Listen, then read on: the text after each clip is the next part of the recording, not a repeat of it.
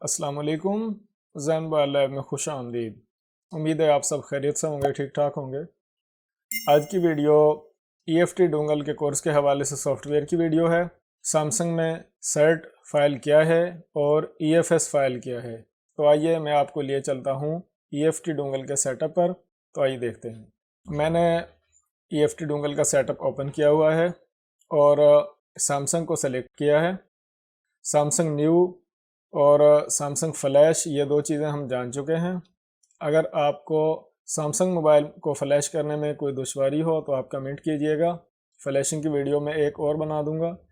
आज का हमारा जो लेसन है वो ये है कि यहाँ पर देखें IMEI सर्ट और इससे आगे EFS सिक्योरिटी। ये जो IMEI और सर्ट एक ही टैब में दो चीज़ें दी हुई हैं। तो जो ये सर्टिफिकेट की शॉर्टकट लिखा हुआ है सर्ट, जब आप मोबाइल में IME वगैरह रिपेयर करते हैं तो ये जो सर्ट फाइल है ये सर्टिफिकेट होते हैं जो IME नंबर के साथ मैच होते हैं। अगर IME नंबर के साथ ये सर्टिफिकेट मैच ना हो तो मोबाइल सिम रीड नहीं करेगा, मोबाइल सिम नहीं चलाएगा। तो आप जब भी IME रिस्टोर करें, अगर ज़रूरत पड़े तो उसके सर्टिफिकेट जो हैं वो ज़रूर राइट करें ताकि IME नंबर और सर्टिफिकेट आपस में मैच हों और मोबाइल जो है वो सिम रीड करना और सिम चलाना शुरू कर दे। ये जो सर्ट फाइल है इसका मोबाइल के बेसबैंड के साथ ताल्लुक़ होता है। जो सैमसंग मोबाइल में सिम चलाने के लिए बेसबैंड सॉफ्टवेयर और बेसबैंड IC दोनों चीज़ें जब आपस में मैच करेंगी तो ही मोबाइल सिम रीड करेगा और सिग्नल लेगा।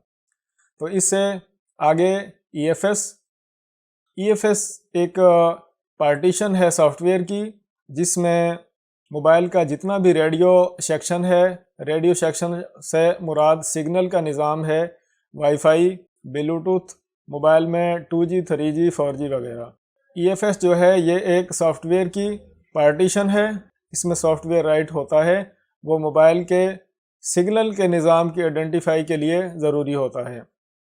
तो EFS फाइल जो है इसका बैकअप किया जा सकता है, बैकअप को रिस्टोर भी किया जा सकता है। तो आज की वीडियो में आपने सर्ट फाइल, सर्टिफिकेट क्या होते हैं और EFS फाइल क्या है ये जाना। कल की वीडियो में मज़ीद आपको IME नंबर और सिक्योरिटी जो है उसके बारे में गाइड करूँगा।